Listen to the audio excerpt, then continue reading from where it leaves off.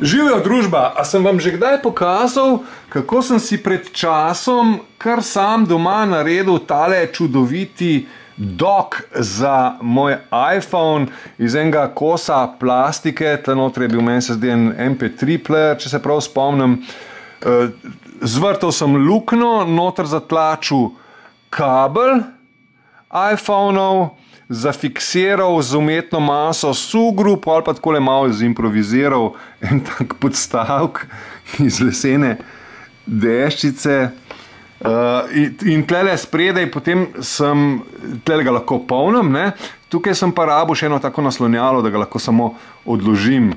Zdajle pa potrebujem nekaj podobnega še za kakršenkoli moj telefon, recimo zdajle, ko tole snemam, bi rabil za tegale Samsunga en dober podstavek, pa takole mečkan improviziram.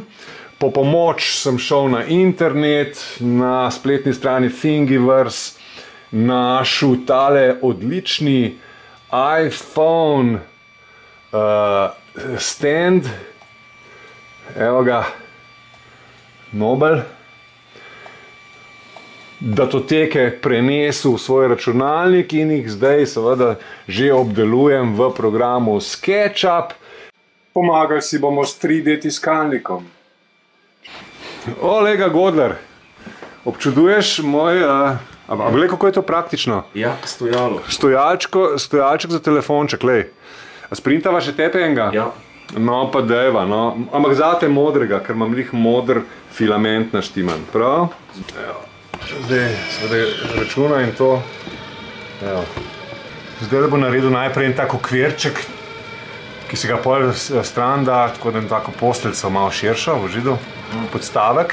V bistvu je pravzaprav dober, da ga malo kontroliraš. Ti me pa lahko vprašaš v zvezi z njim. Ja, jaz si ne predstavljam, kako to deluje. Deluje, tlele je filament, ki ga poseben motorček poriva skozi tole cevko noter v glavo, ki greje in pluva ven, tako kot da bi inkjet printer pluval ven tinto.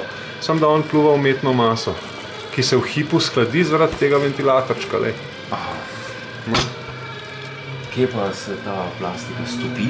Noter, tlele, čist na koncu, v zadnjem trenutku, ne? V glavi, ki je zelo vroča.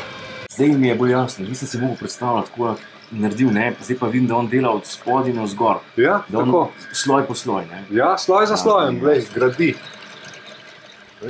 Aha, print je končan. Ok. Po moje, da je to odlično.